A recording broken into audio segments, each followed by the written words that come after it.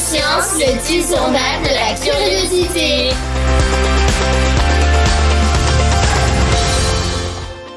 Bienvenue dans le podcast Curioscience, le petit journal de la curiosité fait par des enfants, pour les enfants et les adultes. L'objectif de l'émission, faire rencontrer 4 enfants et une ou un scientifique qui vont pouvoir poser toutes les questions qu'ils veulent. Pour ce 5e épisode, notre invité est éthologue et chargé de mission scientifique à l'association Abyss. Elle a pour mission d'étudier le comportement et le langage sonore des dauphins au large des côtes de la Réunion. Curioscience, épisode Les dauphins. Première heure, action. La première heure, en fait, on va parler un peu de ce que c'est le journalisme scientifique. On va s'entraîner à poser des questions. On va s'entraîner aussi un peu à comprendre ce que c'est une fake news, etc. On va s'amuser là-dessus. Et la deuxième heure, on va avoir la scientifique qui arrive et vous allez pouvoir poser des questions, préparer des questions avec elle. Et ensuite, on passe à l'enregistrement. Parce que peut-être que vous l'avez remarqué, mais en fait, derrière vous, vous avez beaucoup de matériel. C'est un studio d'enregistrement. Donc là, vous avez une équipe, on va vous la présenter plus tard aussi, qui est assise, qui est ici pour vous enregistrer, pour vous accompagner dans les enregistrements. Donc, avant toute chose, on va faire un petit jeu, on va s'entraîner à poser des questions. Regardez par ici les enfants. Là, vous avez un petit coffret avec plusieurs questions, d'accord ? Donc votre mission, c'est que vous allez piocher une carte et vous allez poser une question à quelqu'un d'autre. Est-ce que tu aimes le piment ? Je suis pas réunionnaise de sang pur. Donc non, j'aime pas le piment. C'est vrai que c'est quelque chose qui est inscrit dans l'ADN, remarque. Oui, c'est ça. Moi, toute ma famille aime le piment, je suis la seule à pas aimer le piment. Même mon petit frère de 4 ans aime le piment. Ah bah ça, qu'est-ce que tu veux, hein. Très bien. ton dessin animé préféré? Alors, dessin animé, moi, j'en regarde plus du tout. Alors, mon dessin animé préféré. T'as pas regardé un Disney récemment? Quelque chose, genre Le Roi Lion? des choses comme ça? Non, moi, les Disney, Je sais, c'est Un film alors? Oui, moi, je regarde plus des films. Bah, c'est quoi ton film préféré? Mon film préféré, alors là... L'homme de Toronto. Ok, bah allez. Oh D'accord. Ok. À toi, Léo. Moi, je m'appelle Léo. Tu préfères l'hiver ou l'été ? L'été. Moi aussi. Et lui aussi va poser des questions ? Non, pas du tout, moi je regardais juste qu'est-ce que c'était l'homme de Toronto, mais c'est moi, non, je sais ce que c'est. C'est quoi? C'est un film. 2,5 sur Allociné, 5,1 sur Sens Critique. Eddie Jackson, connu pour ses ratages, notamment une entreprise de boxe sans contact, a prévu le parfait surprise d'anniversaire. Voilà. Bon, allez, on continue. Plus tard. Attends, là, tranquillement. On va parler de quelque chose d'autre. C'était que on parlait des réseaux sociaux. Est-ce que vous êtes souvent sur les réseaux sociaux vous concernant? Et si oui, lesquels?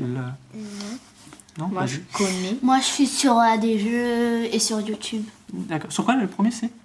C'est sur des jeux. Moi aussi, sur des jeux. D'accord. Après, il y a YouTube et en dernier Google. Je vais pas souvent sur Google. Alors, Google, c'est pas un réseau social. Oui. Google, c'est un moteur de recherche. Mais c'est... D'accord, mais donc tu es souvent sur YouTube. Donc, YouTube, c'est plus une plateforme de vidéo. Parce que les réseaux sociaux, par exemple, c'est plus TikTok, Twitter, Facebook, Instagram, tout à fait bon, Facebook, Snapchat aussi, exactement. Ce sont tous ces types de plateformes. Facebook? Facebook, oui. Tu es sur Facebook?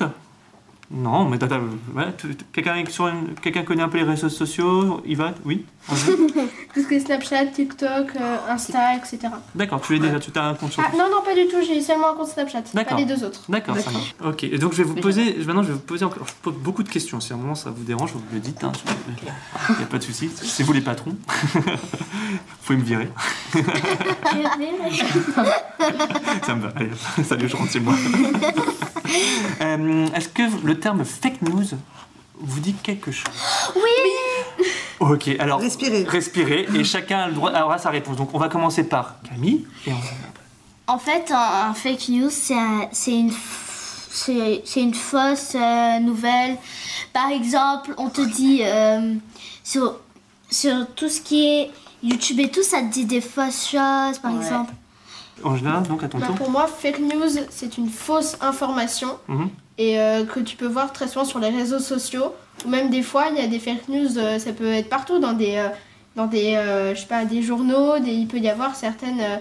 et très souvent, les fake news, c'est glisser dans des vraies informations pour mieux le diluer, on va dire. Exprès pour que... Ouais, tout à fait.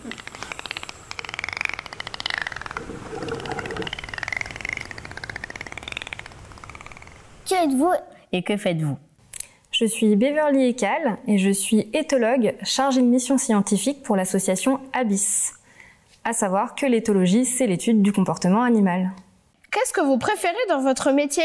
Alors, ce que je préfère dans mon métier, c'est aller observer les animaux dans leur milieu. Donc, aller en mer et aller à la rencontre de ces animaux. Pourquoi et comment avez-vous eu envie de devenir éthologue? J'ai toujours vécu avec des animaux, j'ai toujours eu l'habitude de les observer, donc devenir éthologue pour comprendre leur comportement, c'était finalement la suite logique. They call him Flipper, Flipper, faster than lightning. No one you see is smarter than he. And we know Flipper lives in a world full of wonder, flying there under the sea. Curioscience a dit prise 1. Est-ce que les dauphins sont des mammifères ou des poissons? Alors les dauphins sont des mammifères marins. Alors il y a des différences pour les reconnaître. Les dauphins doivent remonter à la surface pour pouvoir respirer, contrairement aux poissons qui peuvent respirer sous l'eau avec des branchies. Les dauphins ont également une peau sans écailles, contrairement aux poissons. Les dauphins mettent au monde aussi des bébés et non des œufs, contrairement à la majorité des poissons. Comment sont les crottes de dauphin? Alors les crottes de dauphin, ça fait des petits morceaux qui se dissolvent un peu dans l'eau. Et c'est très intéressant comme question puisque nous, au sein de l'association, on collecte justement le caca de dauphin pour en savoir plus sur leur bien-être. La famille des dauphins, les delphinidés, dans laquelle on retrouve non seulement les grands dauphins, mais également les globicéphales, les orques, au total une trentaine d'espèces. Ça fait du monde. Quel est l'ancêtre du dauphin? Alors l'ancêtre du dauphin serait terrestre et ensuite il y a eu un retour au milieu aquatique avec tout plein d'évolutions qui donnent ce que sont les mammifères marins aujourd'hui. Et est-ce que les dauphins craignent les humains? Alors c'est assez compliqué de répondre à cette question, mais par exemple sur l'île de la Réunion, les dauphins sont habitués à la présence humaine. Après, chez les dauphins, on retrouve des personnalités. Donc, il peut y avoir des individus qui sont plus curieux que les autres et d'autres qui peuvent être aussi plus craintifs ou plus timides. Voilà en gros à quoi ressemblait l'ancêtre du dauphin, une sorte de chat ou de chien. Cela dit, ça ne date pas d'hier, le Mésonyx, c'est son nom, vivait sur la terre ferme il y a un peu plus de 60 millions d'années, au beau milieu des dinosaures, enfin, à côté, car il a vraisemblablement été repoussé jusqu'à la mer par les grands prédateurs. Ainsi a-t-il dû se familiariser avec l'eau, ne serait-ce que pour aller y chercher sa nourriture. Et puis, il y a 60 millions d'années, boum, suite à un gigantesque cataclysme, les dinosaures sont rayés de la carte. Le Mésonyx, protégé par l'eau, lui, poursuit son petit bonhomme de chemin. Il évolue. Tout ce qui ralentit sa progression dans l'eau disparaît, comme ses oreilles, ou rentre à l'intérieur du corps, comme les mamelles ou les organes sexuels. Le pelage tombe. Les membres arrière disparaissent. Les pattes avant s'atrophient et se transforment en nageoires. Le corps s'allonge, une nageoire apparaît sur le dos et une nageoire caudale apparaît également. Il a bien changé le Mésonyx. Curioscience, interview Camille, prise 1. Bonjour, j'aurais quelques questions à vous poser. Comment vous faites pour étudier les dauphins? Alors pour étudier les dauphins, donc l'objectif c'est quand même d'aller les voir dans leur milieu et donc du coup d'aller en mer les observer. Donc on peut le faire à bord d'un bateau et on peut le faire également dans l'eau en les observant du coup sous l'eau. Quelles actions peut-on mettre en place pour les protéger? Alors pour protéger les mammifères marins, il y a différentes actions qui peuvent être mises en place. En mer par exemple, il faut garder une certaine distance pour pouvoir les observer et ne pas du coup trop les impacter dans leur milieu. Tu peux aussi éviter de jeter des déchets, par exemple, sur la plage qui peuvent aller en mer.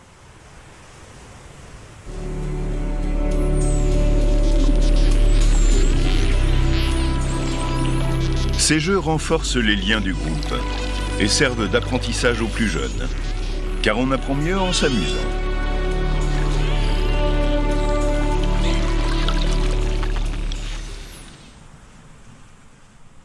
Curioscience, interview, Léo, prise 1. Comment peut-on reconnaître le mâle ou la femelle? Alors pour reconnaître le mâle et la femelle chez les dauphins, c'est pas si simple parce qu'il n'y a pas de caractéristiques visuelles différentes. Donc il faut regarder sur le ventre. On retrouve une fente génitale chez le mâle et chez la femelle, on retrouve également une fente génitale et sur les côtés 2 fentes mammaires. Est-ce que vous êtes souvent en bateau? Alors on essaye d'être souvent en mer, mais c'est très dépendant en fait des conditions météo. Donc on sort lorsque la météo est favorable, qu'il n'y a pas trop de houle et pas trop de vent. J'ai adoré et c'était bien. J'ai appris des trucs sur des dauphins. Tu étais un petit peu stressée, mais j'ai réussi quand même. C'est incroyable. Elle était géniale. J'ai appris plein de choses. Peut-être que ça me donnera envie d'être journaliste plus tard. Qui sait? Retrouvez-nous sur Internet. Curioscience, le petit journal de la curiosité.